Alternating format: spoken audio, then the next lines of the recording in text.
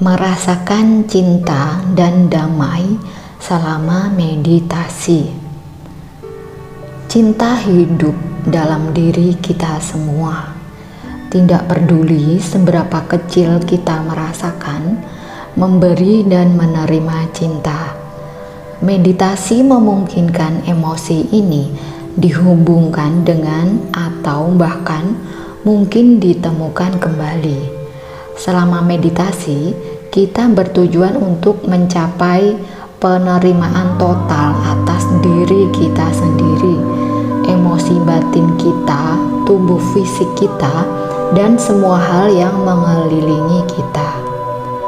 Meluangkan waktu untuk terhubung dan menyadari sensasi dan emosi yang biasanya secara tidak sadar diabaikan dalam kehidupan sehari-hari.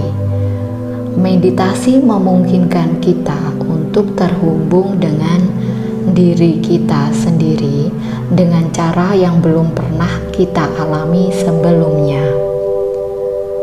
Seringkali orang berpikir bahwa mereka mengenal diri mereka luar dalam, tetapi pada kenyataannya selalu ada sesuatu untuk dipelajari dan diterima tentang diri kita.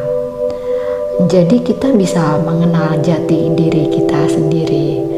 Perasaan cinta dan damai akan muncul dalam sensasi kebahagiaan murni begitu kita mencapai penerimaan yang utuh dan sepenuhnya.